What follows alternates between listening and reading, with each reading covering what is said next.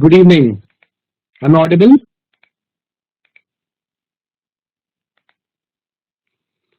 Okay. So let's start XAT 2015 paper.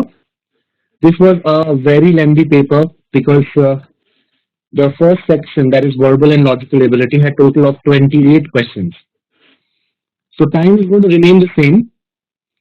Okay, 1 hour. So you can see which question you want to attempt, which you want to leave out.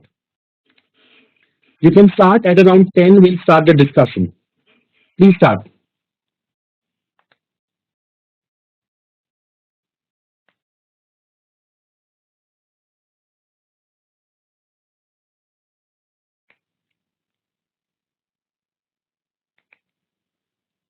Okay, time is up. So let's start. Out of the 28 questions that you had, question number one, para jumbles. First and last sentences are fixed, and you have to rearrange the remaining sentences. So, answer for this question, anyone? What should be the answer for this question? Question number one should be three, yes. Answer for question number one should be number three, because you start by saying that the world of cinema is indeed a strange one and it baffles many a critic. Then you will tell me why it baffles many a critic. It baffles them because at the temples of the box office, fortunes are made and unmade. That is what is baffling. Some people become superstars and some people become flops. Then he says the pundits still predict doom and they insist that it is the end of the road for cinema. So there are some people who predict doom, but there are incorrigible optimists. There are some people who are optimists who see a bright future, and they say this word they actually refers to these incorrigible optimists. They say that the world of cinema has its own attraction. That is why number three is right. Doom means destruction. Doom is destruction. Incorrigible means that cannot be corrected. If they are incorrigible optimists, that means no matter what happens, they will always remain optimists. They cannot change their ways. They are incorrigible. Okay? Habitual. Habitual, kind of, yes, habitual. It is habitual, but you can change your habits. Atul, you can change your habits, okay? But if you are incorrigible, for example, you are an incorrigible liar, that means this habit cannot be changed. No matter what happens, you will lie. Okay. What you should also understand that T and S will have to come together because in S you see the word day and the reference point of day is in T. So any option that does not have T and S together cannot be the answer. That is why RS you mark number two as the answer, but number two cannot be correct. Okay. If there is no issue, I'll move to question number two.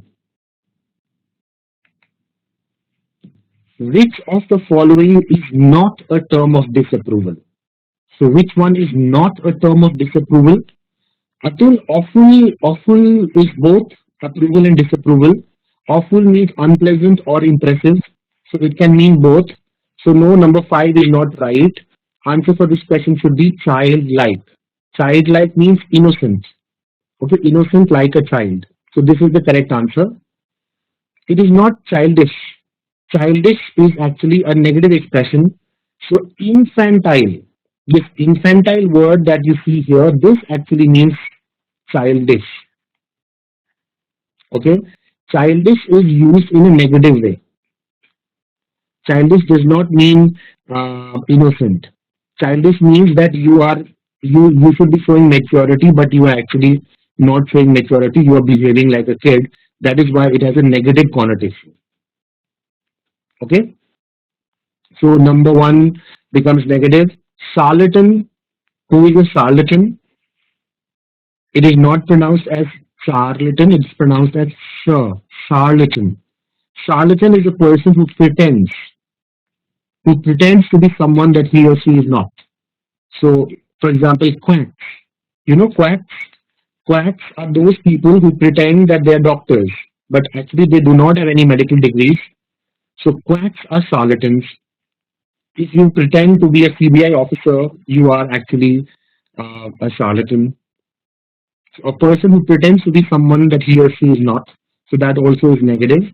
Imbecile means stupid. That has to be negative. Okay. Okay. West Bengal में भरे पड़े हैं quacks. Quite possibly. And awful. The word awful has two connotations. Number one, very disgusting, and number two, it's very impressive. It can be both.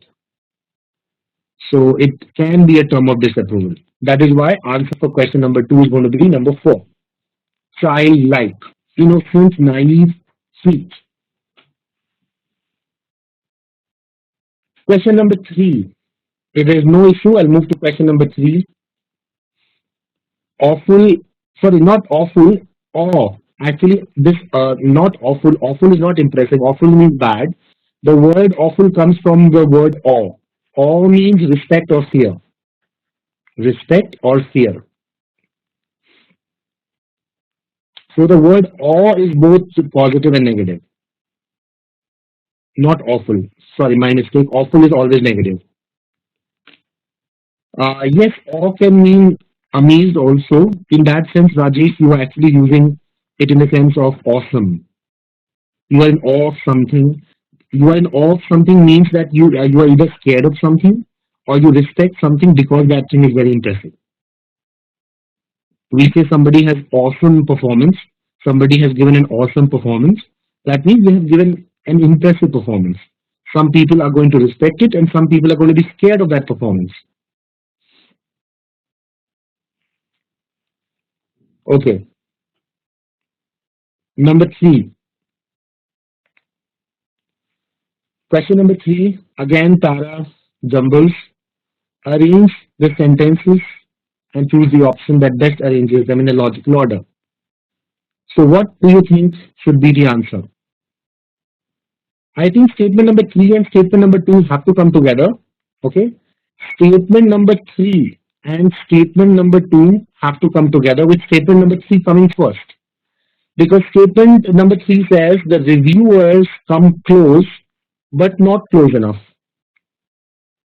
So three and two will have to come together, where three comes first and two comes second, which means that your answer cannot be four, your answer cannot be five, your answer cannot be three also. Your answer cannot be three, four, five. Immediately these three are gone. Did you understand?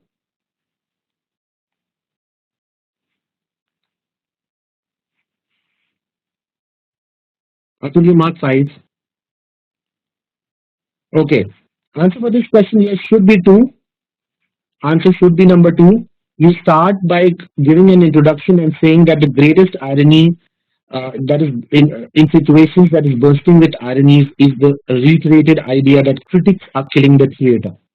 So that is very ironical that critics, they are killing the theater. Then he tells you who are actually critics. For general people, you know, critics refer to those people who are actually reviewers. And then he gives you more information about these people. He tells you that yes, it's true. It's true that critics, they have long harbored murderous thoughts about the conditions of drama, but their ineffectuality as public executioners is legendary. That means even though they may criticize something, they may murder something, they may murder a creative piece, but they are actually ineffectual. They harbor these thoughts. They harbor these kind of thoughts, but in reality, they are ineffectual. Okay. And then he says that reviewers, by contrast, come close to being the most loyal and effective allies that the theater can desire, but they are not close enough. So number two is the best answer for question number three. Anybody has doubt, please ask.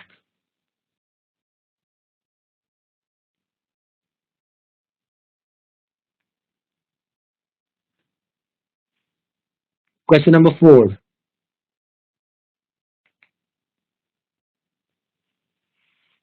This is a para completion question. It says that in many religions there has been a belief that the universe as we know it today did not exist forever in the past. That there wasn't a spontaneous act which gave birth to all that has been and that will be. Okay? Which means that the universe has not been eternal. The universe itself has not been eternal. So he's trying to say that the universe has a limited time span. It has not been eternal. So I think answer for this question should be one. Yes, it should be number one. It should be number one. What he wants to say, it has not been eternal, as our senses might indicate at first glance, but actually it has a limited lifespan after its creation. Because he says that there was a spontaneous act that gave birth to the universe, it gave birth to all that has been and all that will be. That means there will come a time when this universe is going to be destroyed. Should be number one. Answer should be number one. If you have queries or you would like to test any other option, we can check.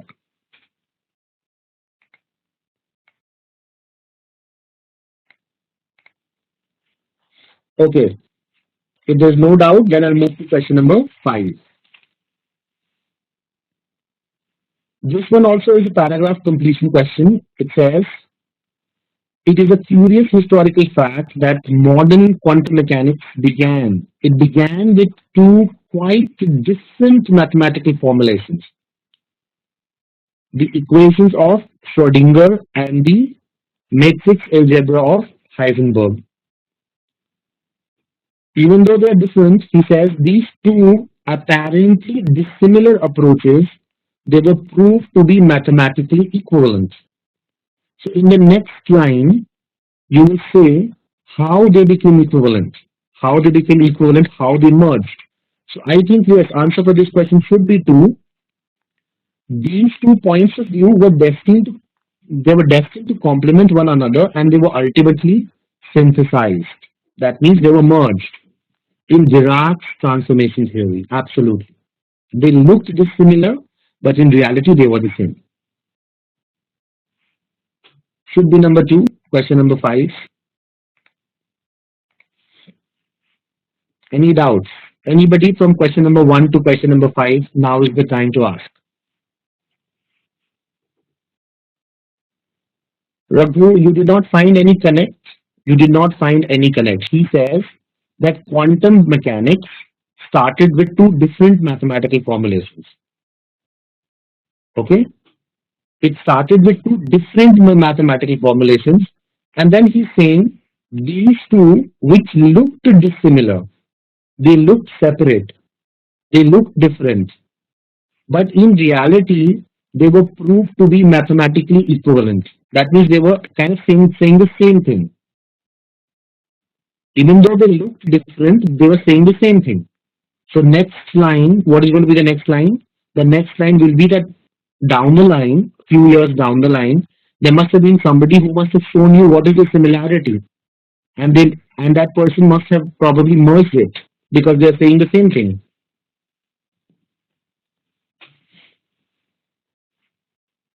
Option number two introduces a new theory. It talks about Dirac's transformation theory, but he has introduced this theory because he wants to say that these two were merged into a new theory that was called Dirac's transformation theory.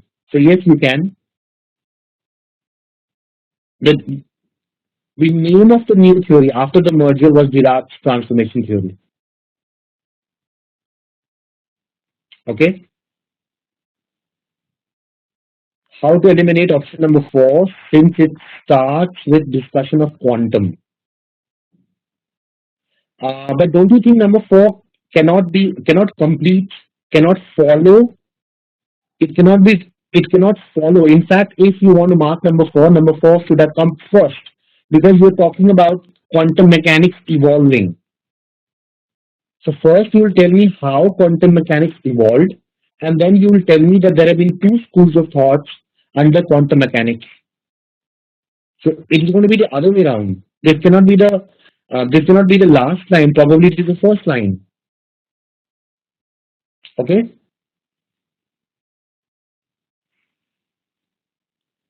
So yes, Raghu, you yourself said that it starts with a discussion of quantum. So when you are introducing quantum to me, so it cannot be the last line of this particular paragraph. That is the logic why number four cannot be right.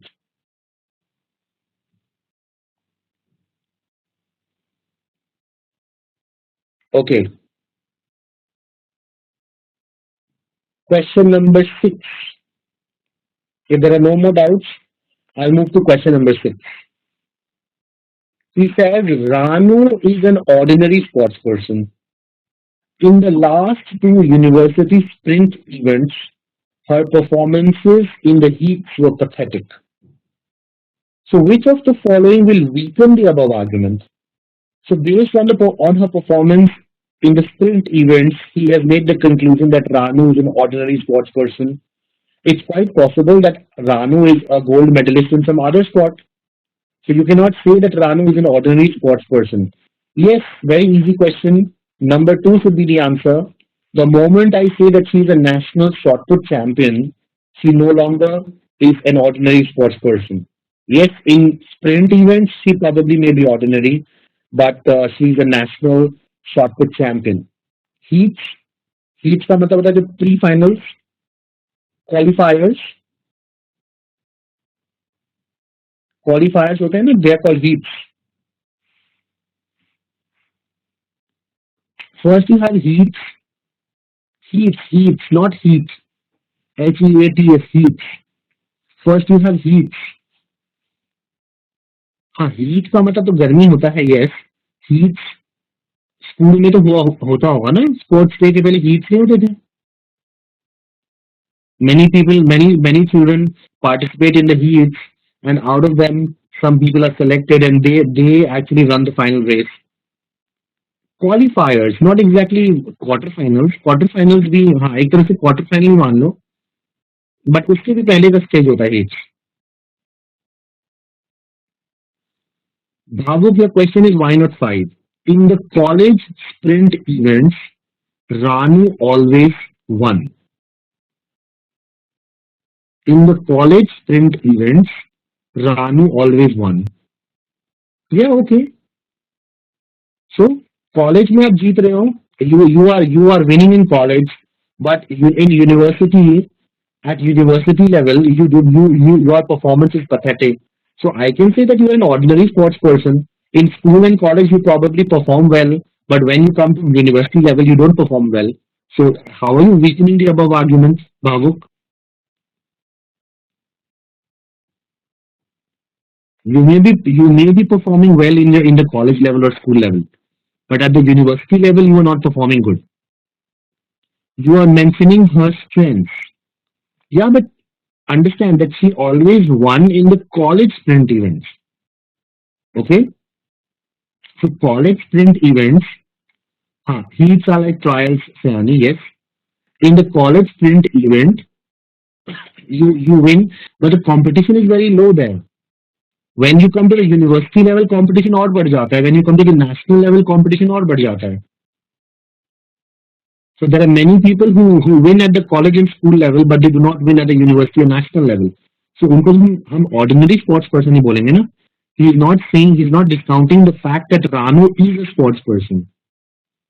Yes, Ranu is a sports person, but ordinary sports person. Okay. So number six answer is going to be two. Discounting the fact whenever you discount something, actually you don't treat it as important. Discount whenever you discount something, you don't treat it as important. Okay. For example, our prime minister and our prime minister and our army chiefs, they actually now and again they say that India cannot discount the fact that we may have to fight wars on two fronts. एक ही बार पाकिस्तान और China attack कर सकते हैं. We cannot discount that fact. We cannot say that never happened. This discount is kind of not take into account, to disagree, to not take into account. एक तो discount पता ही है 50% off, that is also discount.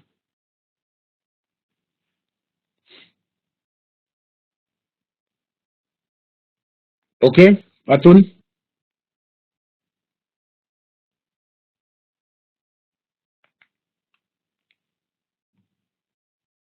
Question number 7.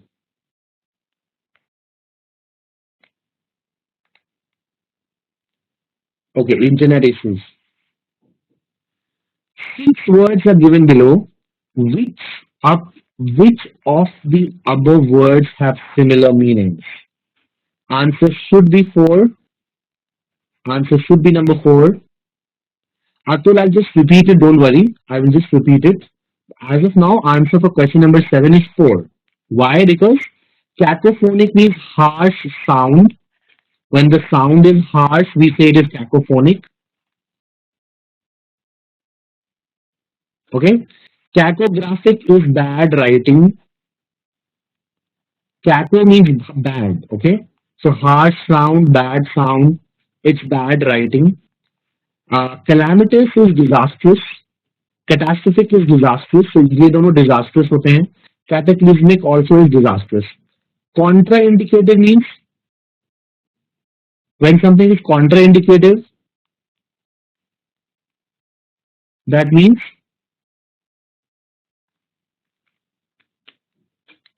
when something is contraindicative, it actually asks you not to do something. Indicate opposite, yes.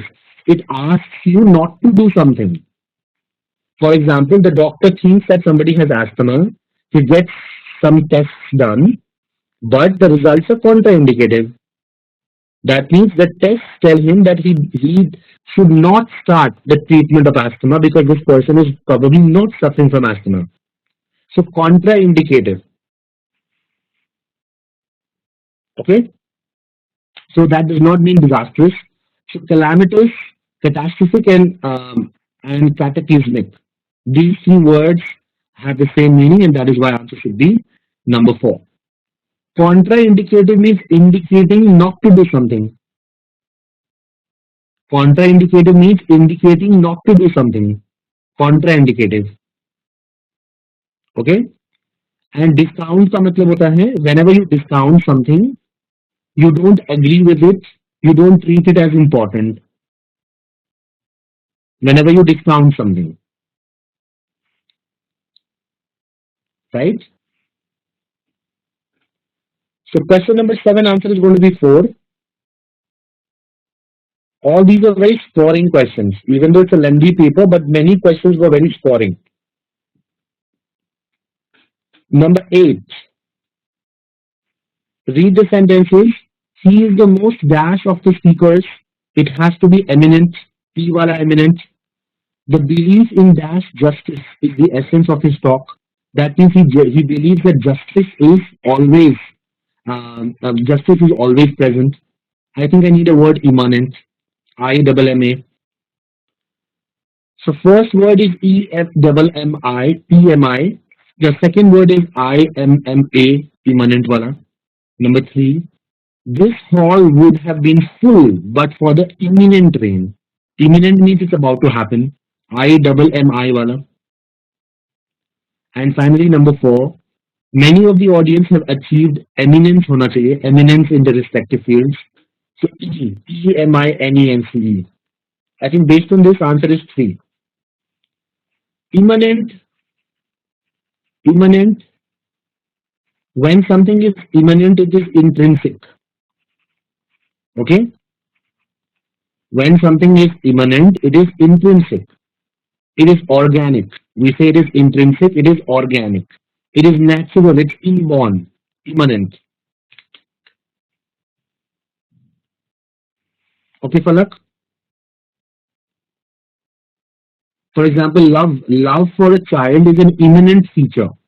Love for a child is an imminent feature in mothers.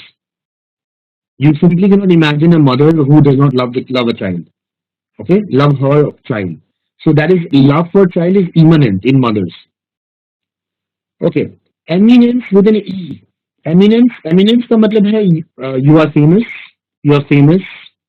Eminence मतलब you are famous, you are important, you're well known, you're famous, you're important, you're well known. Eminence. There's no word eminence. Eminence is probably the noun form of imminent. Imminent का noun form है imminence.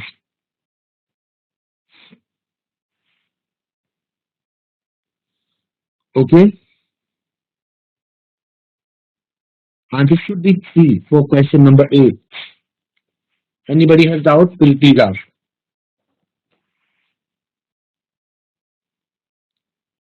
Number 9. Question number 9. A short passage will say, which says that this person, whoever is writing, he will demonstrate that there is a psychological technique through which you can interpret dreams. And when you apply this technique, you will find that every dream is kind of a psychological structure that is full of significance and one which may be assigned a specific place in the psychic activities of the walking state. That means whatever you dream, जो भी आप dream करते हो उसका significance होता है and that significance you see when that person is in a walking state. That means when that person is awake. It has an impact on your walking state. And then this person actually this passage is actually from Interpretation of Dreams by Sigmund Freud. If you have read that book, this is how it starts. This is how the book starts. He says, further, I shall endeavor to elucidate the processes, the nature of the psychic forces whose conflict or cooperation is responsible for our dreams. So he'll also try to tell you what makes your dreams. क्यों आपको dreams आती हैं? What are the psychic forces? What are the processes of nature that are responsible for your dream? And after he has done this, the investigation will terminate. Because if you want to go beyond that, then we must have recourse to material of a different kind. Then we need some other material. So he will tell you that dreams can be interpreted. Dreams have a psychological structure. Dreams have significance, and this significance is seen in your walking state. So if I ask you which of the following would be closest to the ideas expressed in the first two sentences of the above passage. First two sentences. Absolutely right, Rajesh. Number 5. Overt effects can have covert causes. Absolutely. जो effects आपको दिखते हैं, overt. The overt means open, which everybody can see. Okay? That those things they have covert causes. Covert means hidden. So you can see that a person is a liar. आपको दिखता है that a person is a liar or a thief or an immoral person. But the cause can be covered. Why is he a liar? Why is he a thief? Why is that person an immoral person? ये सब चीजें covert हैं. They are actually part of the psychological structure. Okay? And they have significance. They impact your walking state. Answer should be number 5. Answer should be number 5.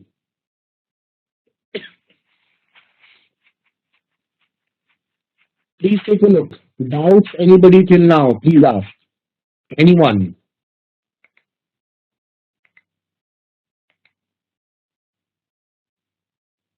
Question number 10. You will not be able to solve this question if you do not know the difference between infer and imply. बाकी सब ठीक है.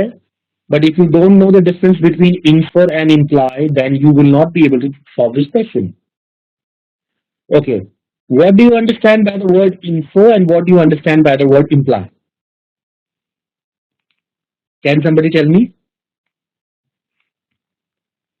There is a slight difference.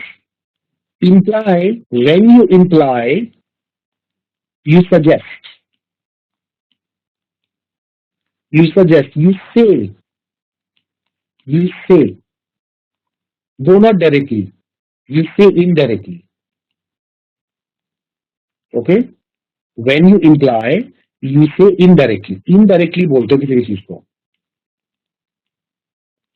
And whatever you imply, जो भी आप बोलते हो उससे I can infer. Infer, infer means to conclude. Now, when you infer, you don't say anything. You understand from what somebody is trying to say. So an author will imply something and you as a reader will infer it. Did you understand?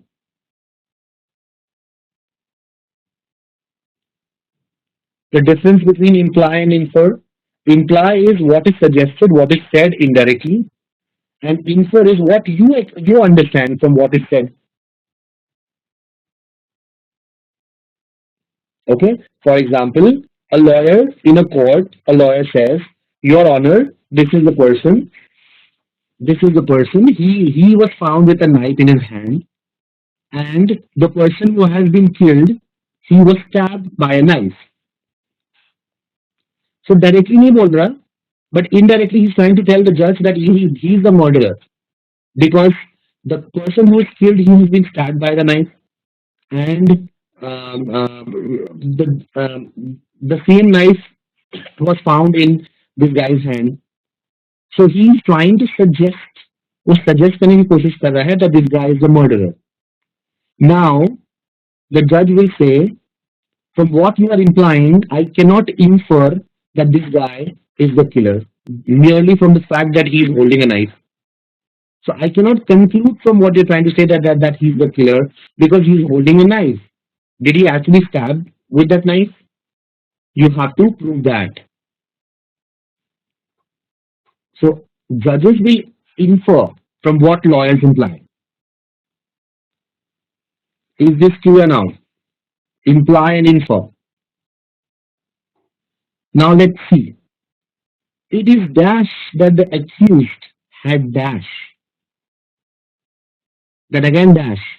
From all criminal activities by adopting the dash of a sannyasi. However, now this is important. However, despite repeated requests from the counsel for prosecution, that means the counsel is saying something. The counsel is saying something. Counsel must be saying that this guy is the person who has done it. Even though the counsel is saying it, the court has dashed a lie detector to ascertain the truth. So even though the counsel is saying, that means the counsel is implying. It is implied. Over here, you need word implied.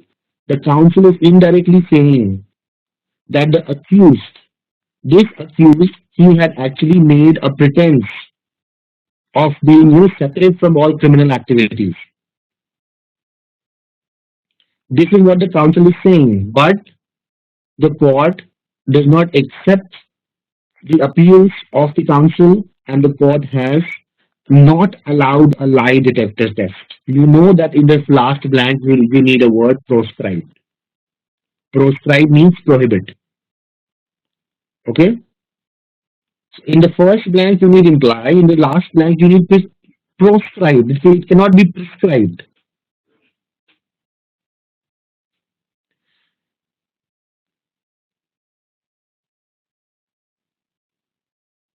After that,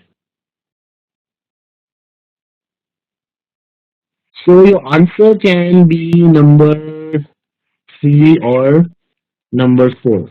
Number 3 भी हो सकता है, number 4 भी हो सकता है. So everything is same. Demeanor and deportment both mean the same. Demeanor मतलब behavior. Deportment also means behavior. Cessation is not possible because cessation is about off आना चाहिए, and as it is number five cannot be an answer because in the first blank we require a word imply. After cessation you require the preposition off, so that is not possible. Cessation means stop. अलग हो जाना. Cessation. Secession of Pakistan from India. Secession of Pakistan from India on 15th August 1947. Separation. So cessation also means separation, but after cessation you require off. So as it is, it cannot come. So you are actually stuck between two, implied, number three and number four. The only difference is faked and feigned. Exactly. You fake separation. You fake separation. You cannot feign separation. You cannot feign separation. You feign illness. You feign ignorance. Feign का मतलब है pretend. You pretend. Feign, Feign. Feign, feign means pretend. But what do you pretend? You pretend that you feign ignorance. You cannot feign separation. You feign ignorance. You actually feign illness. आप pretend करते हो कि आप ill हो or you are ignorant.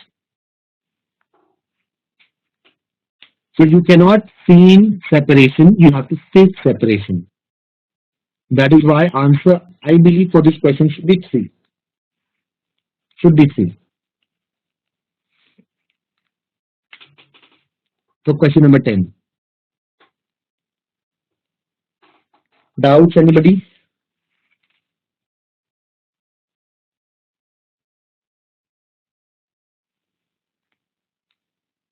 Okay. Number 11. Question number 11, if there is no doubt. Number 11, wait.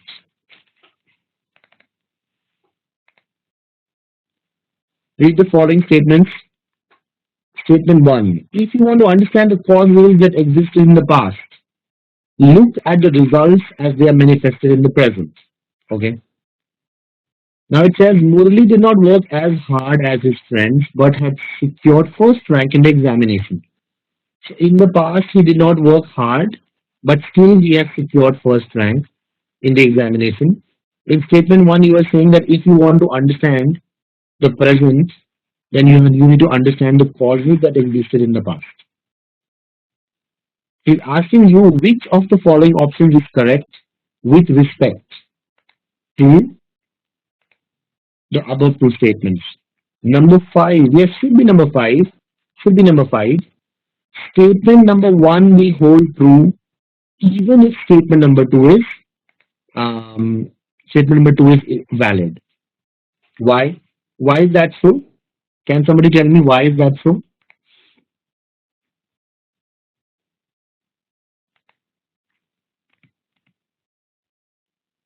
Anyone?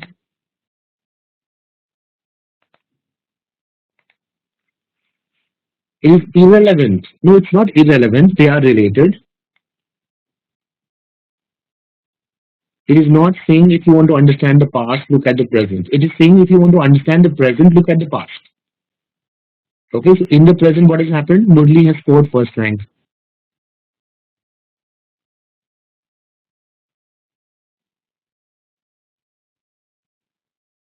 Rajesh, I think we have interpreted it wrong. It says if you want to understand the effects in the present. अगर present में क्या हो रहा है ये जानना है, look at the past. Okay. So according to this logic, Murli in the present has secured first rank. In the past, he did not work hard. So as well, it seems that these two statements are contradictory. Because if he has in the past not worked hard, then how has he secured first rank? That is why again we are saying answer is number 2, but no, answer is not number 2. Answer should be number 5. I tell you why.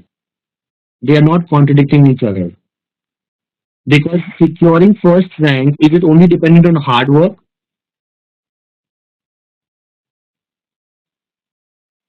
securing first rank, is it only dependent on hard work? No, probably Murli has done smart work. Probably Murli is more intelligent than, other students. So there can be many causes. There can be many causes why Murli secured the first rank. So even if he has not worked hard and still in the present he has secured first rank, that does not mean statement number one becomes invalid. Maybe luck, maybe more intelligence, maybe more smart work, not just hard work, smart work. That is why. Okay. Sentence number one says that if you want to understand why something is happening in the present, Vasu, that actually looks illogical. थोड़ा सा illogical है. That also can be a possibility, but there can be other logical reasons why he has secured first rank. Okay, he need not drug his friends, but there can be other logical reasons. And Rajesh, statement number one is saying that if you want to know why something is happening in the present, look at the past because the causes exist in the past.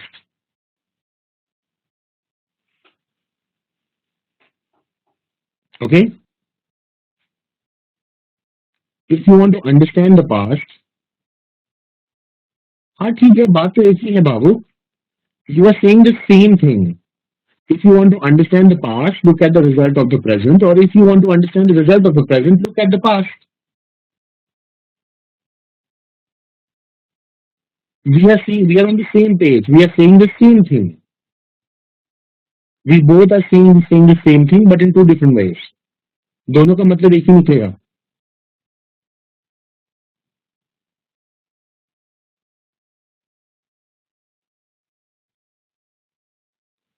Then him not doing hard work is irrelevant to him getting first rank. हाँ ठीक है वो भी ठीक है.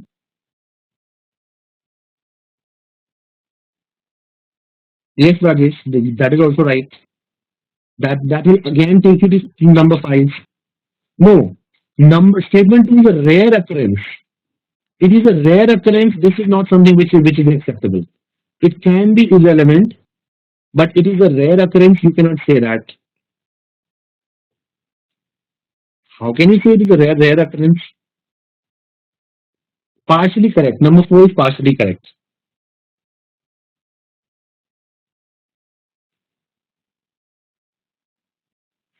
Okay. So I'm going to stay with number five. I'm going to stay with number five. Number five looks the best answer for question number 11. Okay. Now the passages start from question 12 to question number 15. This is an extract from which book? Can somebody tell me? You must have read this book. You must have seen the movie as well. Very, very famous. No, no, not Shakespeare. The Count of Monte Cristo. The Count of Monte Cristo. You know that book, Count of Monte Cristo? Okay. So here is the count. Here is the count who has been sentenced to a prison term, and in his cell, he's alone. Alone. He's alone again. He's condemned to silence. Okay. And he is thinking of committing suicide, just like his friend Faria. I mean, it does not mean that Faria has committed suicide, but Faria is dead now. Faria is dead, and he actually believes that was not Faria's fate the better after all. Now that Faria is dead, Faria is free, but I am not free. I am alone in this cell, and that is why the idea of suicide crops in his mind, and this idea hovered like a phantom. Okay, then he actually tells himself that if I die, अगर मैं किसी तरह से मर जाऊं, hover means ऊपर मंडराना. If I could somehow die, okay, I should go where he goes. I can go where he goes, and I should assuredly find him again. So I will also be among the dead, and my friend Faria will also be there amongst the dead, and we'll meet again. Atul, in English, hover means that you are encircling a place. Okay, there is a boundary that you're not crossing. You are encircling a place within that boundary. That is hovering.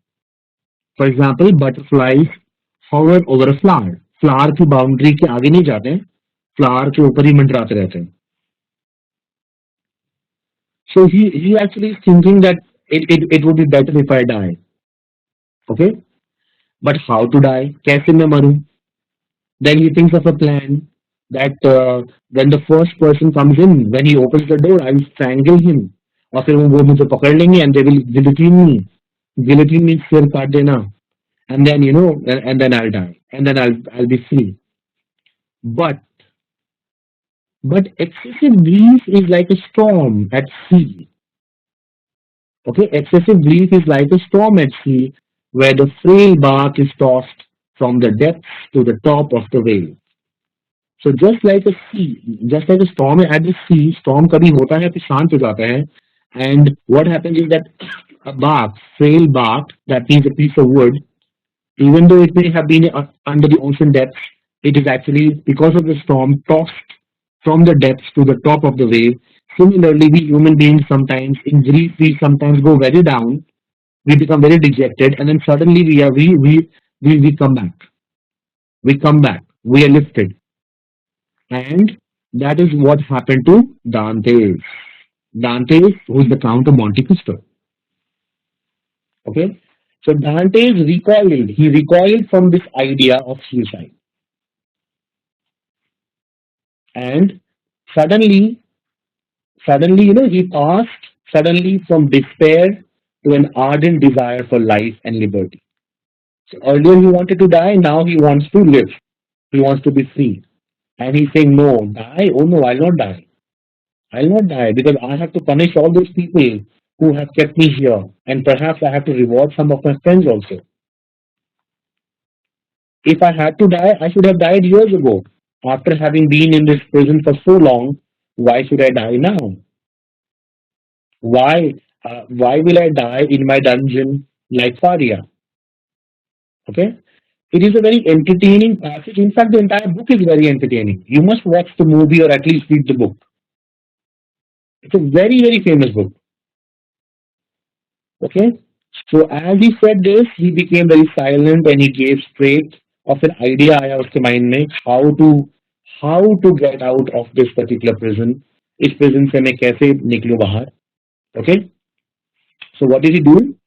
His friend who is dead, his friend was lying there. Okay? Suddenly a thought comes to his mind and he thanks God and he says, Acha God, you have given me this thought. So what he does is that he takes out his friend's body from the shroud, he lifts the shroud and he takes out his friend's body and he replaces himself. अपने आप को replace कर देता है वो, and he actually acts dead so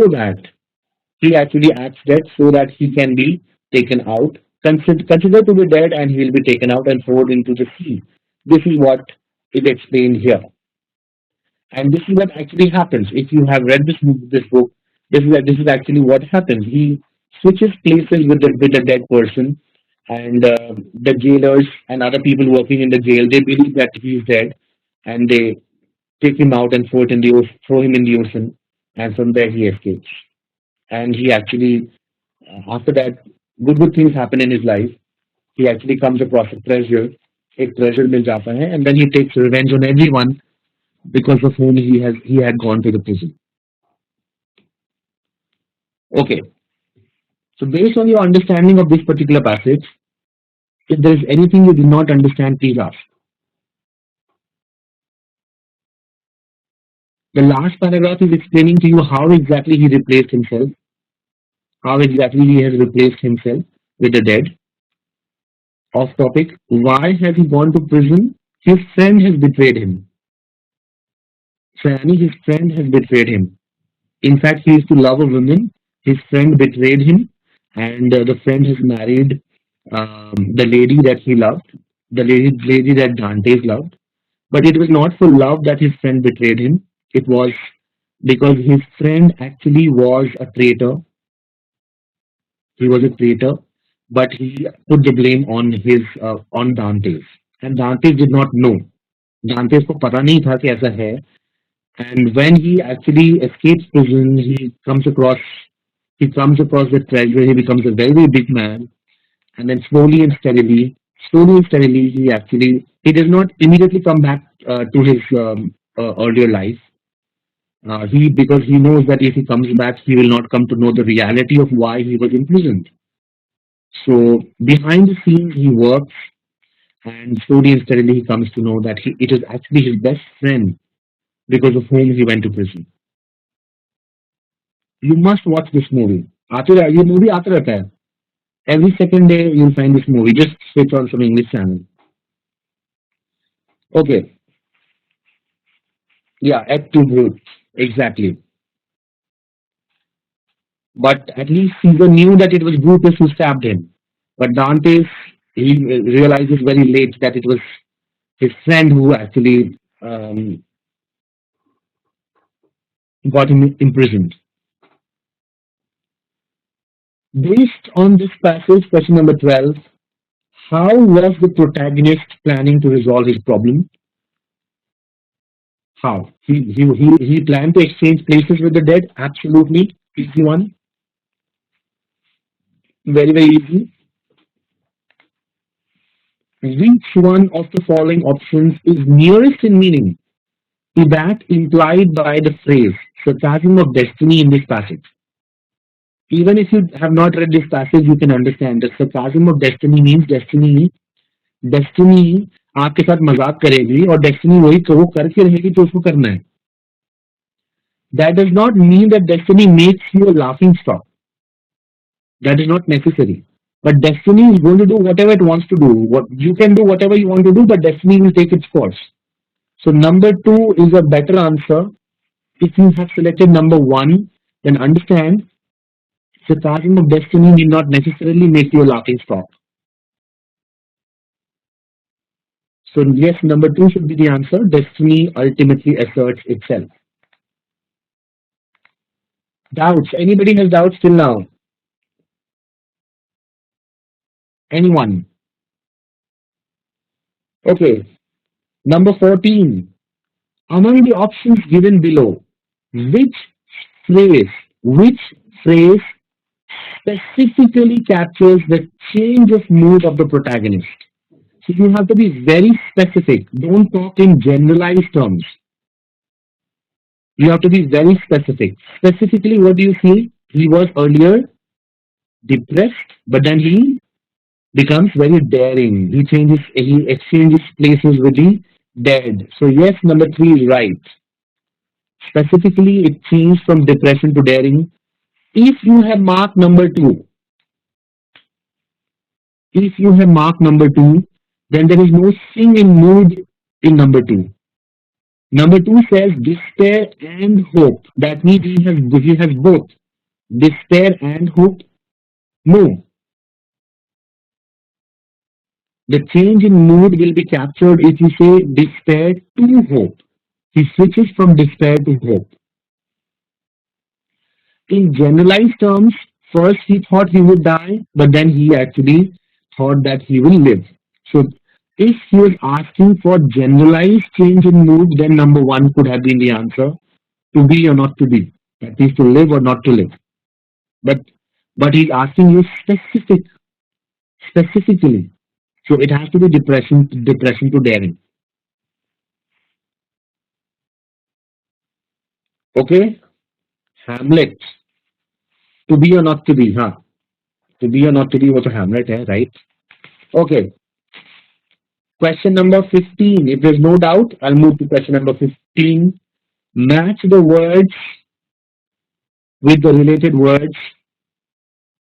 A counterpane. Counterpane is the cover of the bed. So 1B. Dungeon is a cell. Guillotine is for execution. Guillotine मतलब behead करना, किसी को execute करना, execution. And shroud is a burial cloth. So answer is going to be one. Yes.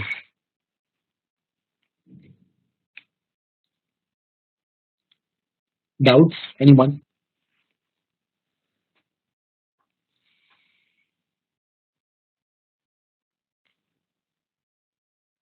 Dungeon. What is a dungeon? You asking, Atul? Dungeon is a cell. एक prison के अंदर एक छोटा सा cell room. Dungeon. Any place where you are held in captivity is a dungeon. Okay. Question number 16 to 19 is based on this particular passage. Again, not a very difficult passage. He starts by telling you that we actually thought that our brain has areas of specialization. Okay? Our brain has areas of specialization, and that is why till now there has been a tendency to teach in ways that reflect these specialized functions. So we used to think that our left hemisphere कुछ और करता है, our right hemisphere कुछ और समझ सीखता है, and that is why our teachings would focus on the left and the right hemispheres. So that is why we have left hemisphere teachings and right hemisphere teachings. But recent research suggests that such an approach is actually not correct. It is not correct. Why? He says that brain systems interact together as a whole brain and not as left and right hemisphere. So if you want to teach, you have to teach the whole brain. The entire brain system interacts as a whole with the external world. And how does it learn? How does the brain learn something? Brain learns by making connections within the brain and between the brain and the outside world. This is how we learn. So you cannot focus your teaching on the left hemisphere of the brain or the right hemisphere of the brain. You will have to interact with the entire brain. Okay, and learning is done like this. Learning is an interaction of the brain as a whole with the external world or within the brain or making connections within the brain. Then he's telling you what does this mean, how these connections within the brain are made. He talks about neurons. Neurons के बारे में बात करते हैं वो. He tells you that we have lots of neurons. These neurons, what happens is that whenever learning occurs, जब भी learning occur होता है ना, then neurons are facilitated. And one neuron start to establish connection with another neuron. एक neuron दूसरे neuron से connection बनाना start कर देते हैं over time. Okay, this evidence also indicates that learning creates connections between not only adjacent neurons but also between distant neurons. So neurons can be very far, but when learning happens, they start making connections, and these connections can be distant as well. These connections can be made from simple circuits to complex ones, and the other way around as well. So slowly, these connections क्या होते हैं? These connections start building, and the more you learn, the more these connections actually increase and they are reinforced. He says, as connections are formed among adjacent neurons to form circuits, connections also begin to form with neurons in other regions of the brain. Some of the brain sites for these other neurons are very far off from the central circuit, but still, the whole complex of the interconnected neurons are activated. So, एक साथ connection बन जाता है सारे neurons का. He tells you in early stages of learning, these connections are activated in a piecemeal and incomplete manner, weakly. थोड़ा थोड़ा करके incomplete तरीके से weakly activate होते हैं, but with more experience, practice and exposure, the picture becomes clearer. In fact, as the exposure is repeated, then less input is needed to activate the entire network. क्योंकि connection तो पहले बन चुके हैं. With time, activation and recognition become relatively automatic, and the learner can direct her attention to other parts of the task. So once these neuron connections have been established, then we learn very fast. बहुत जल्दी हम learn करते हैं. शुरू में क्या होता है? It takes time to build these neuron connections, but slowly, with less and less input, you recognize more and more.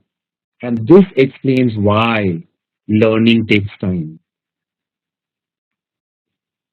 Because initially your brain is making neuron connections. Time is needed to establish new neutral networks and connections between networks. That's what he's saying. Okay? Very simple. Anybody has doubt? Please ask. I've discussed main points. Anything that you did not understand?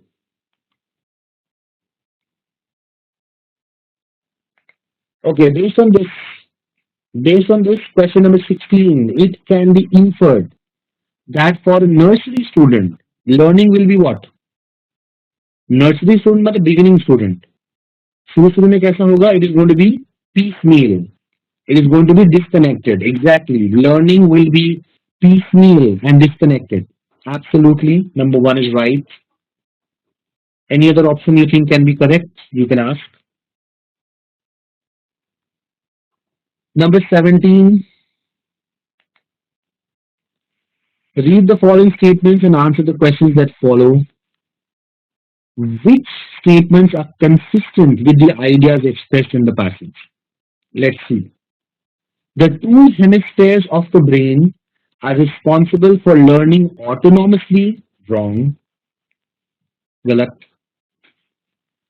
Simultaneous activation of circuits can take place in different areas of the brain. Yes. There are specific regions of the brain associated with sight, touch, and smell. Yes. I think according to the passage, this is right. Number 4, the brain receives inputs from multiple external sources. Can't say. No information. Okay. Possible, not possible. दोनों ही हो सकता है. No information. So can't say. Has to be wrong. It cannot be inferred.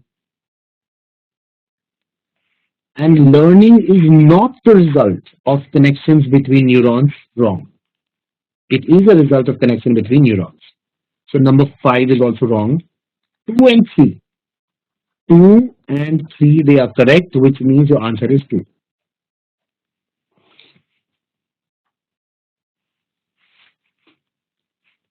Okay.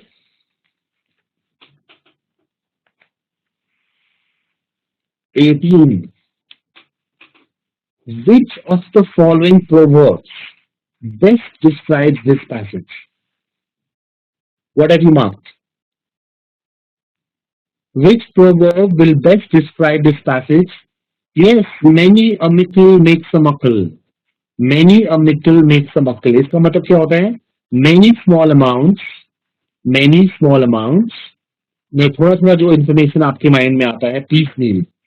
Many small amounts, they accumulate. They accumulate to make a larger amount.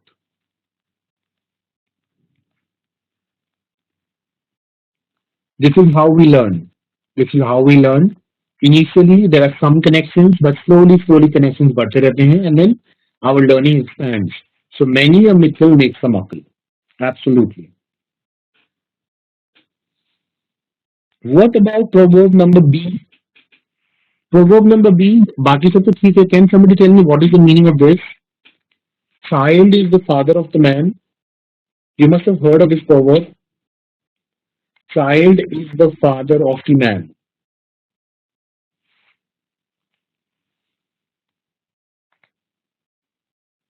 Have you heard this proverb? A man learns again through his child. No, that is not right. In fact, it means that what a man is defined by his or her childhood. So childhood में आपके साथ जो भी हुआ है, that is what will make you. Okay? So a man is nothing but what exactly happened to him or her as a child. So child is the father of the man. It's as if man has come from where? From the child. This is the meaning of proverb number 2. So man is the product of his habits and behavior that is developed in childhood. It is childhood that makes you the man that you are. Atul. It means that man is the product of habits and behavior developed in childhood. Okay, number 2. That is the meaning of proverb number 2. Others, I believe you already know. Number 19. Okay, four Atul 4. You can't teach old dog new tricks. That is, those people who are experienced, they cannot learn.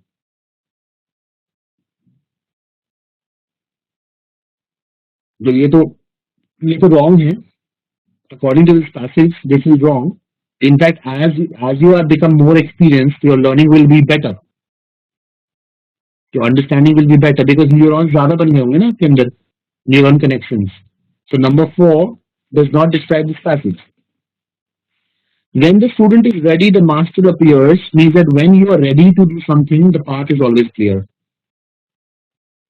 The path is always clear, or the person who will show you the path will always appear. You don't have to search for it. पहले अपने आप को ready करो. When you are ready to do something, रास्ता अपने आप मिल जाएगा. रास्ता दिखाने वाला अपने आप मिल जाएगा. That is the meaning of proverb number 1. When the student is ready, the master appears. Okay, so remember this proverb. ये वाला बहुत important है. Child is the father of the man. Many people think that this is idiomatic. I mean idiotic. It is idiotic. ये oxymoron जैसा हो गया है. Contradictory हो गया है. कैसा हो सकता है? How can the child be the father of the man? Okay. Number 19. A father and a son, aged 60 and 25 years, have been learning paragliding for quite some time. Based on the passage above, which of the following would be true? What do you think?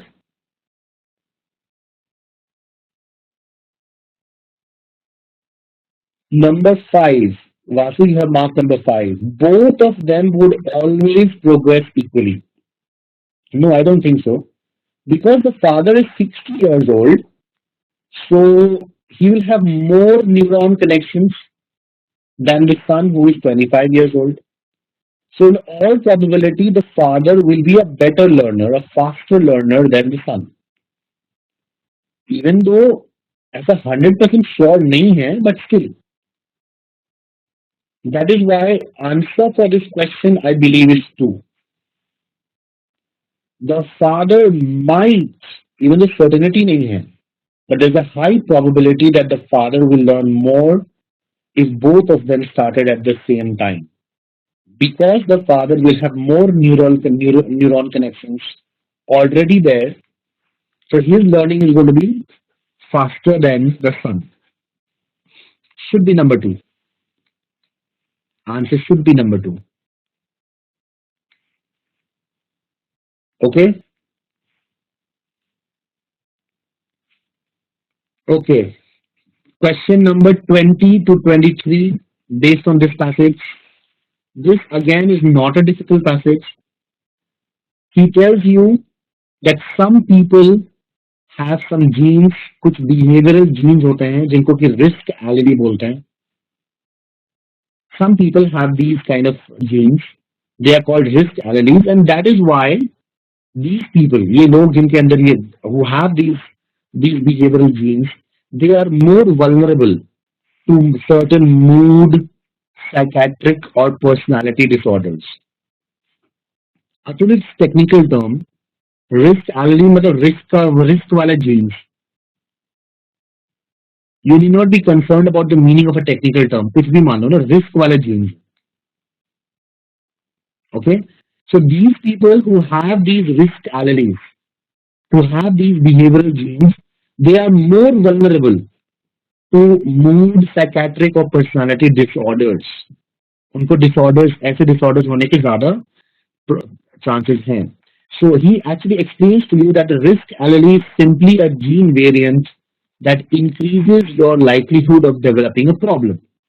So if you have this gene, then there is a you are vulnerable to problems. Problems आपके create हो सकती हैं, personality disorders हो सकते हैं, mood disorders or psychiatric disorders. And then he tells you that what kind of disorders can we generally see in people who have these kind of genes.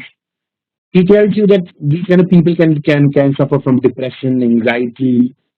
They can become antisocial, they can become psychopathic, or they can show violent behaviors. Okay, they can show violent behaviors. But researchers say that this will happen only and only if and only if the person who is carrying this variant suffers a traumatic or stressful childhood, or that person faces a particularly trying experience later in life. So this gene may be present in some people, but it may not manifest. इसका कोई impact नहीं भी हो सकता है. The impact will be seen only and only when that person has suffered a traumatic or stressful childhood, or there has been some traumatic or stressful experience later in life. Okay, the mere presence of this gene does not mean that the person who has this gene will automatically become depressed, antisocial, psychopathic, or will show violent behavior. No, it depends. If your environment is traumatic or bad, then these genes will start acting. So he says that this hypothesis is often called stress diathesis or genetic vulnerability model. Okay, is this theory that these risk genes, जो behavioral genes हैं जो कि आपको risk पे आपको vulnerable बनाते हैं, they are actually you will become you will only become vulnerable only if you have suffered traumatic experiences as a child or in adulthood, and that is why this theory is called stress diathesis or genetic vulnerability. Now he's saying that recently an alternate hypothesis has emerged from this. What is the alternate hypothesis? Alternate hypothesis says that ये जो behavioral genes हैं, it is a mistake to look at them only as risks, only to look at them as risks or liabilities. सिर्फ risk और liabilities वगैरह क्यों देखते हो? In fact, they can become assets as well. According to them, these genes become bad genes and they can create dysfunction only and only when that person is in under unfavorable context. But if that person is functioning in favorable context, then the same genes can turn into assets. Assets बन सकते हैं. Now, how they can become assets, he will explain to you. How they can become assets, he will explain to you in the next paragraph. He tells you that in Swedish folks, the people of Sweden, they already know this fact because they already speak of some children being dandelion children. Dandelion children, वो कौन से बच्चों को dandelion children बोलते हैं? They say that dandelion children are those children who are normal or healthy, who don't have these risky genes. Dandelion children जो होते हैं, they will do pretty well almost anywhere. कैसे भी condition में डाल दो, they will perform well. But there are also orchid children. Orchid children है ना, these children, they actually have these risky genes. इनके अंदर ये risky genes होते हैं. And these children, if you ignore them or if you maltreat them, then they will wilt. They will wilt. That means then they can suffer from all these bad problems or bad things. But if you give them lot of care, they will bloom. ये same बच्चे bloom करते हैं जिनके अंदर risk genes हैं. So he says that depends. Bloom का मतलब है that they will bloom, they will succeed. They succeed. Yeah, they become happy, succeed. Okay. So everything depends on the environment. You may have this gene, but environment is also very important. You may have this risk gene, but environment is also important. So if the environment is bad, then what you are calling risk remains risk. But if the environment is good, that same risk becomes possibility. If the environment is bad, then you become vulnerable. There is vulnerability. But if the environment is good, then you show plasticity and responsiveness. That means you can adapt very easily. You respond very nicely. Okay. So he says that these gene variants that are generally considered misfortunes can instead now be understood as highly leveraged evolutionary bets. जिन लोगों में jeans होते हैं, it can work both ways. It can create misfortunes or it can be very, very good. So it carries with it both high risks and high potential rewards. दोनों ही होते हैं.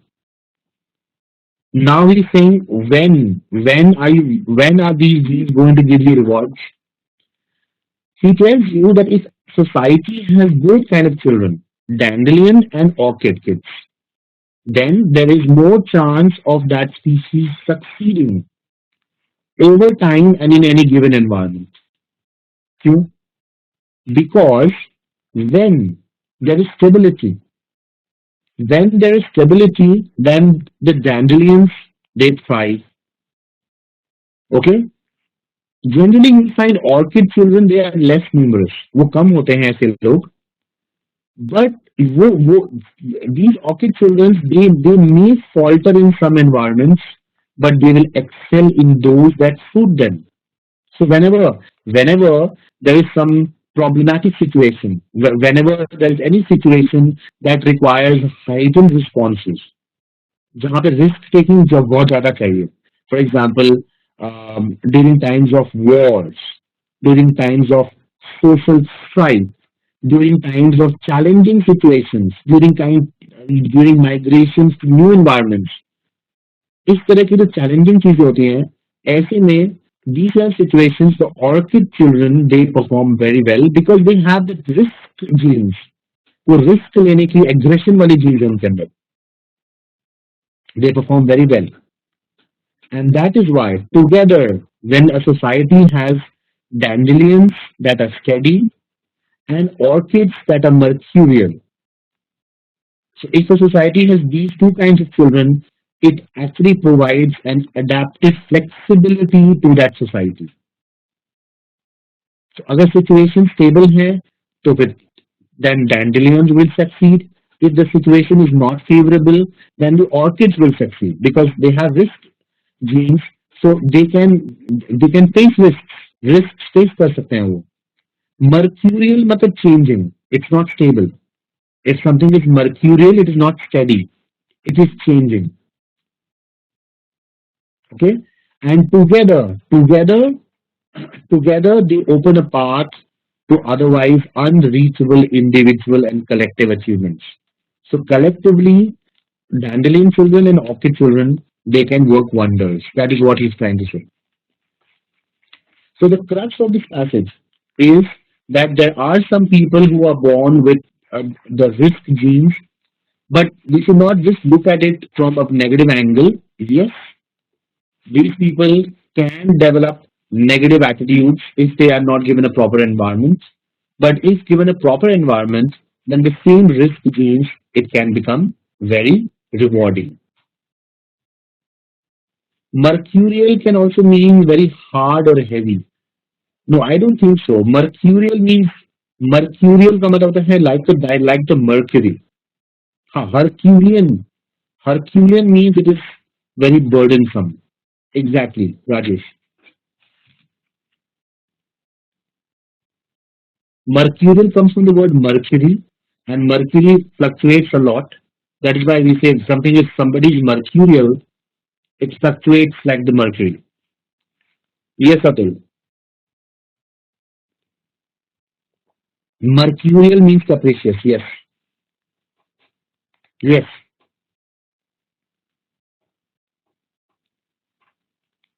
Anything that you did not understand in this passage, please ask.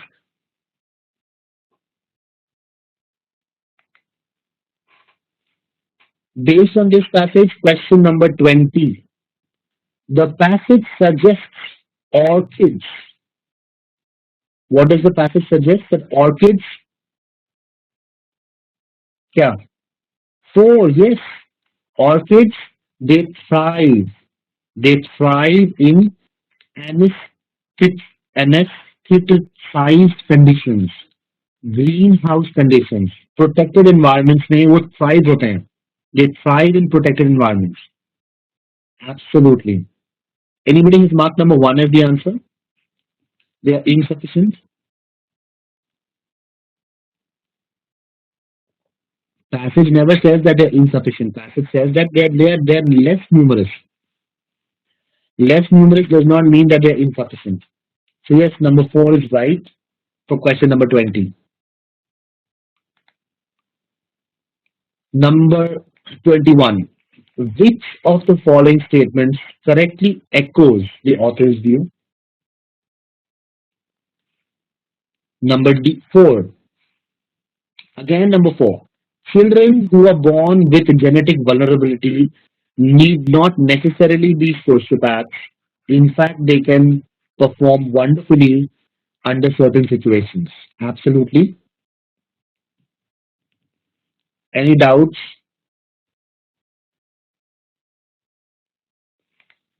22. The word diathesis means genetic vulnerability, he says. He says stress diathesis और genetic vulnerability. इसका मतलब answer one होगा. Susceptible to diseases. Susceptible to होना चाहिए था यहाँ पे. Two word is missing. Susceptible to disease. Answer should be number one. Susceptible means vulnerable. Susceptible means you are vulnerable to diseases.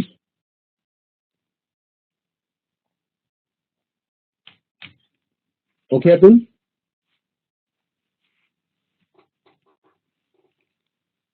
Okay,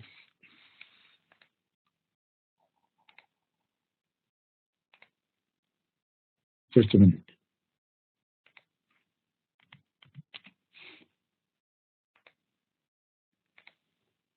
Next one. Mr. Good, Mr. Evil were batchmates during college. 5 years after graduating, Mr. Evil was put behind bars for fraud, while Mr. Good was running a successful NGO working for orphans. Mr. Good was raised in a protective environment while Mr. Evil was a self-made man. Based on the above information, which of the following statements is definitely correct? What have you marked? Number 5, Rajesh. Shani, you have marked number 1. Okay, number 1 says it can be concluded that Mr. Evil is a dandelion, but nothing can be concluded about Mr. Good. Mr. Evil is a dandelion? If Mr. Evil is a dandelion, then why is he doing something wrong? Dandelion children are stable. They are normal. So number 1 cannot be the answer. They are normal, healthy children. So number 1 cannot be the answer. Answer should be 5. Yes, 5. It is not possible to conclude about children typology of the two batchmates. Why? because it is not just the genes that have an impact. It is not just the environment. It is a combination of both environment and genes. So over here, you have all the information about environment, but you don't have any information about genes. Environment एक को अच्छा मिला, एक को खराब मिला, you know that. But what about genes? Who has that risk genes and who does not have that risk genes? Only when you know this complete picture can you say whether somebody is a dandelion or somebody is an orchid. This information is missing. Information about their genes. That is why it is not possible to conclude. Typology मतलब उनको categorize नहीं कर सकते हैं. You cannot categorize them.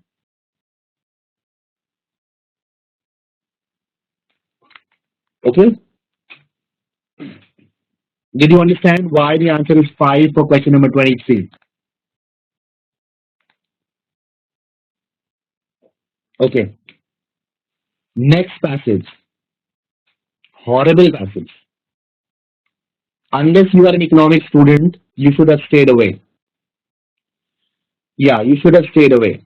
Unless you know a lot in economics, I think you should have stayed away.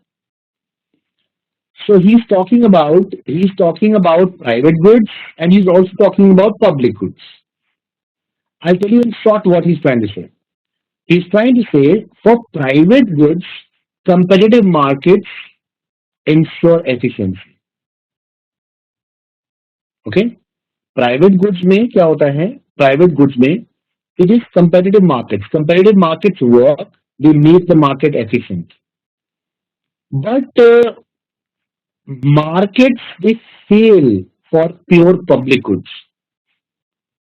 Private goods में you need competitive markets because competitive markets make them efficient.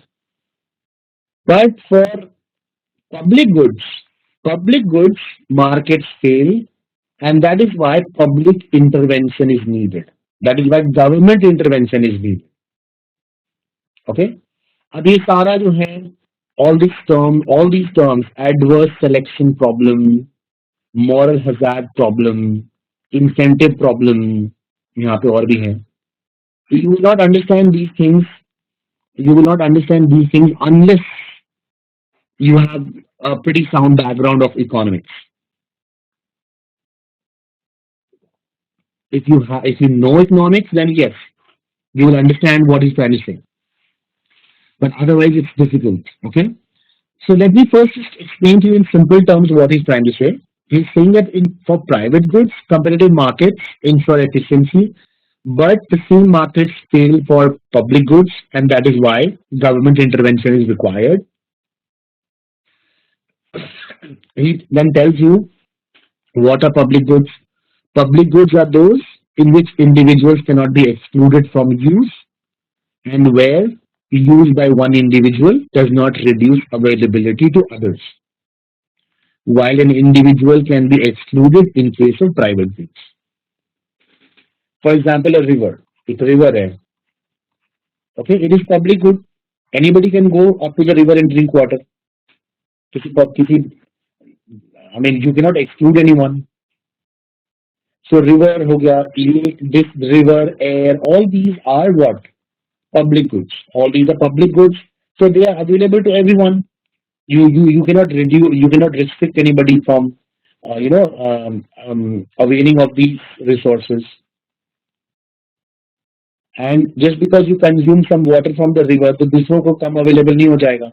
Just because you breathe in some air does not mean that it is going to be less quantities going to be available for other people. No. So these kind of things are public goods. Okay, this is what he's trying to say.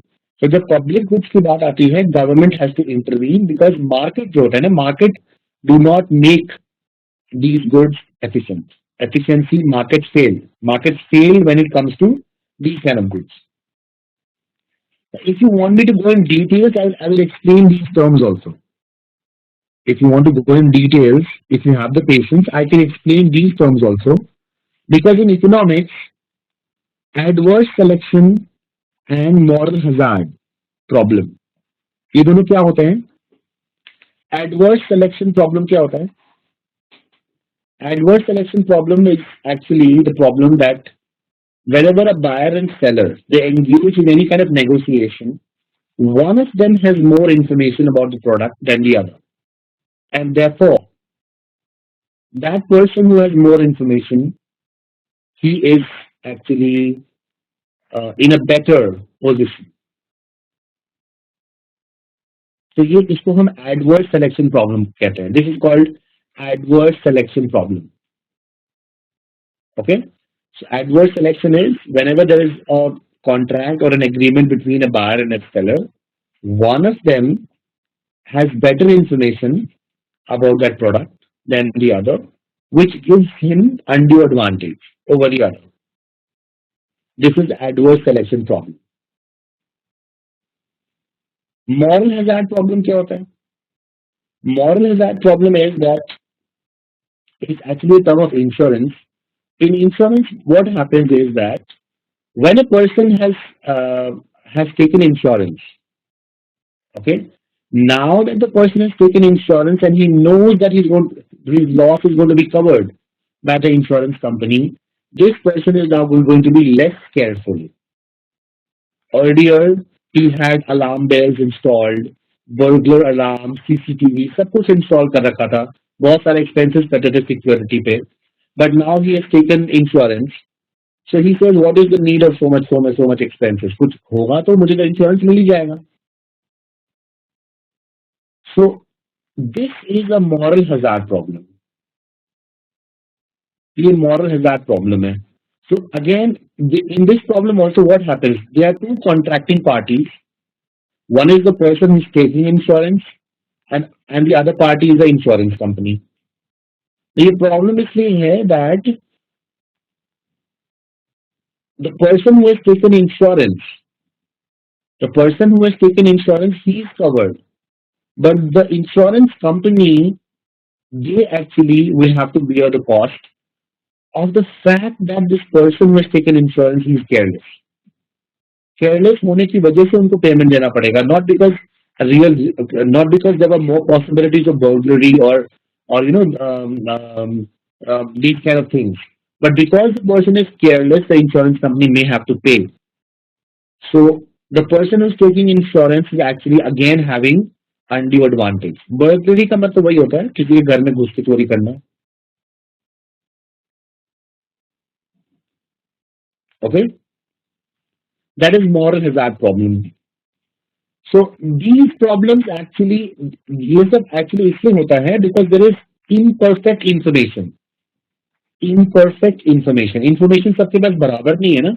Not everybody who's in the market has the same information. So people who have more information, they have an undue advantage over those people who have less information. This is what he's trying to say. But what happens in competitive markets? Competitive markets में क्या होता है कि ये problems खत्म हो जाते हैं. कैसे खत्म हो जाते हैं? This he has not explained, but actually खत्म हो जाते हैं. If you study in detail, then these problems actually vanish. ये problem खत्म हो जाता है because there's so much competition. There's so much competition that nobody can take undue advantage. Okay? This is what he's trying to say. अब these things are not applicable in public goods. Public goods में ये चीजें applicable नहीं. Public goods में in public goods, markets do not work. Markets do not make it efficient. That is what he's trying to say. Markets do not make it efficient, and that is why government has to intervene. Government को intervene करना पड़ता है. Government probably has to regulate air pollution को regulate करना, water bodies को regulate करना. That is what he's trying to say.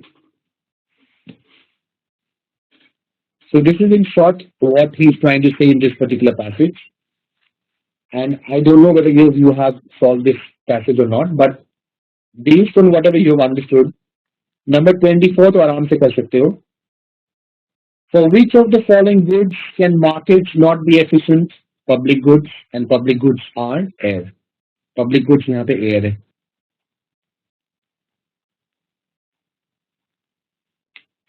Okay, 25. Which of the following cannot be concluded from the above passage? What you cannot conclude? You cannot conclude number one. You cannot conclude that public intervention is the panacea when market fails. You cannot conclude that public intervention, that means government intervene करती है, that is going to solve all the problems of public goods market. ऐसा जरूरी नहीं है. Panacea means elixir, a cure for all diseases, cure for all diseases, हर बीमारी का इलाज. रामबाण, yes, रामबाण. In Hindi we say रामबाण.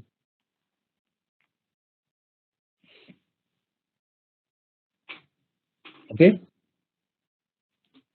so this cannot be concluded. Number five, you are saying number five. Number five, let's see whether it can be concluded.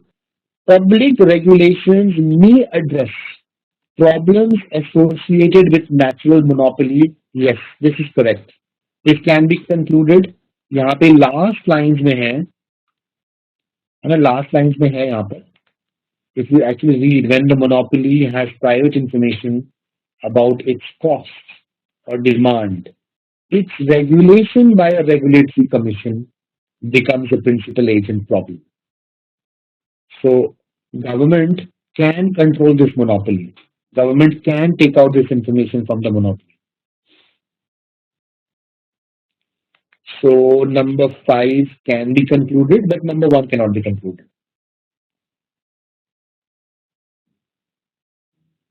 One more question, number 26 from this same passage.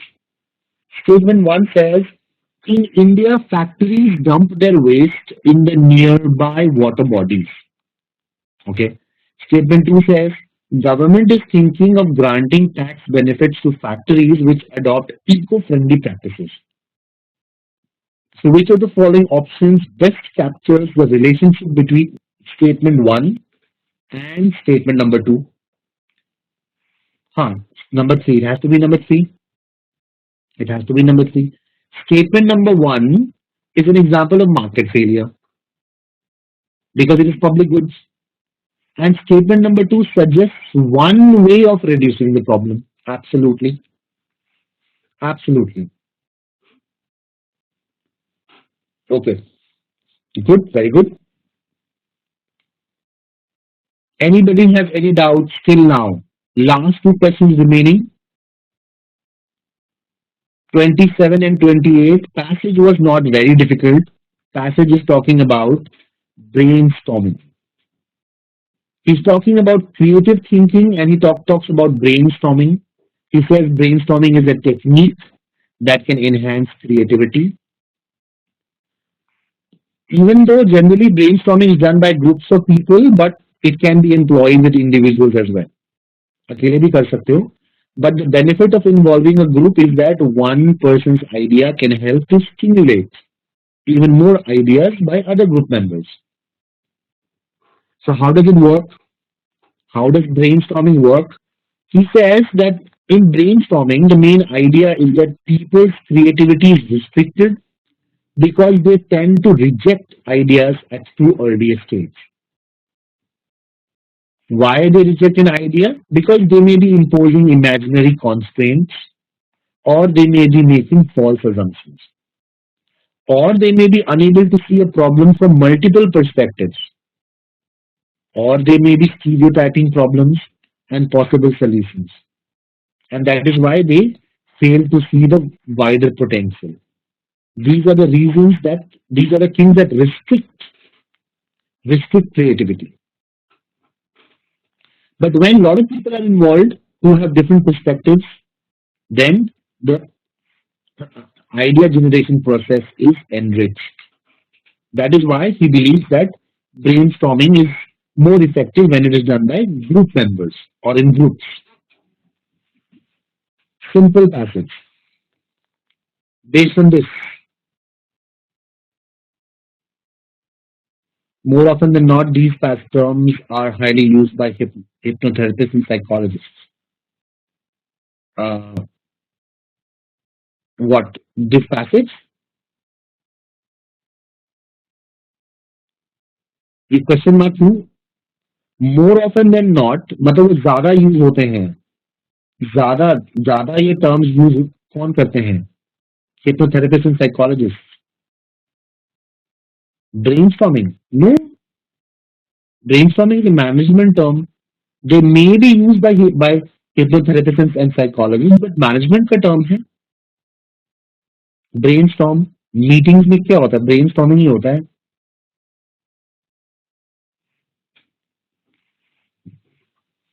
Question number 27. Pick up the option that best captures the relationship between the two paragraphs. I think answer is number 5. Number 5. In the first paragraph, the author describes the technique, and in the second paragraph, the author provides explanation of its advantage. Number 4 भी mark here. Let's see. In the first paragraph, the author conveys the understanding of the subject, and in the second paragraph, the author complements the first. Complement का मतलब है makes it whole. Is it? That means he completes it. No, I don't think so. Because if the second paragraph is complementing the first, implication is that the first paragraph is incomplete. Also complete करने के लिए he has written paragraph number 2.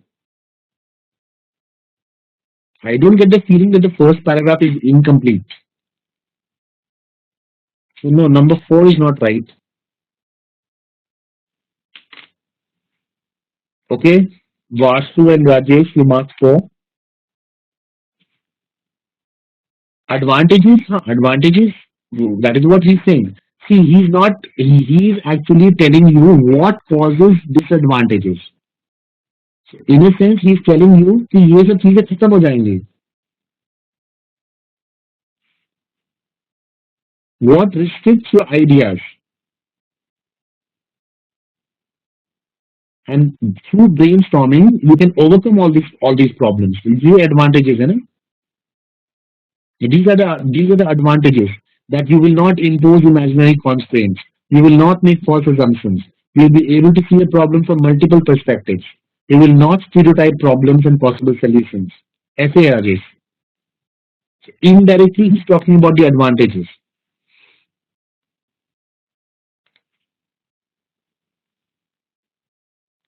And finally, question number 28. Which of the following options would be closest to the main argument in the second paragraph? Which one? Number 4, all departments of the organization, including marketing, should give inputs. Yes. Number 4 is right. Diverse people should be involved. More and more people should be involved. Absolutely. Number 4 is correct for question number 28. Okay, Rajesh, you are saying it was just presented as a continuation rather than advantages. That is what I thought. So continuation does not complement. Complement means to make it complete. You can only use the word complement if first paragraph was incomplete and second paragraph complements it, makes it whole, उसको complete करता है. That is why I have an issue with number 4.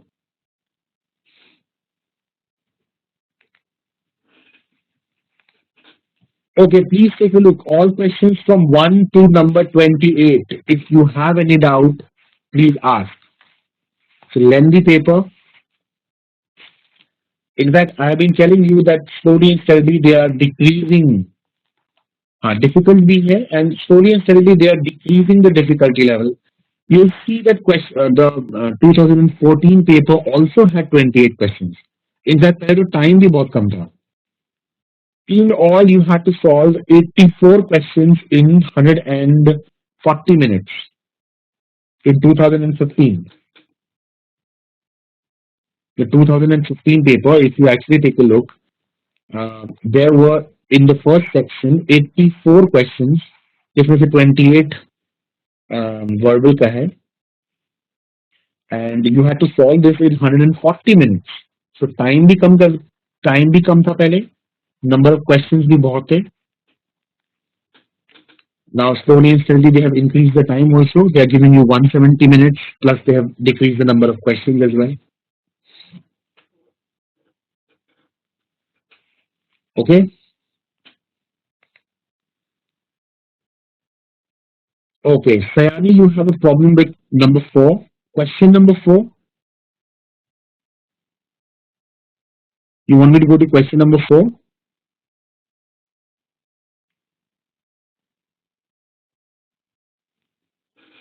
Well, till I solve her doubts,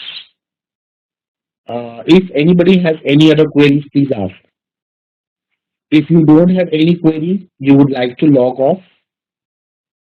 Good night from my side. Take care.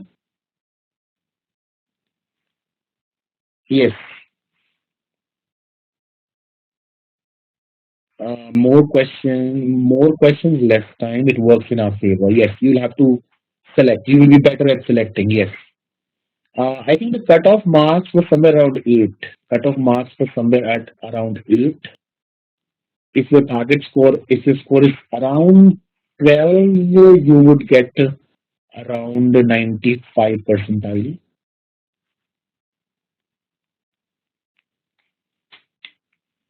Okay.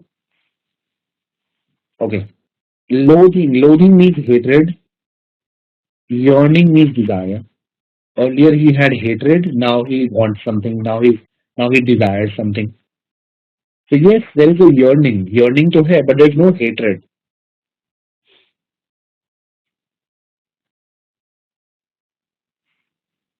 Okay.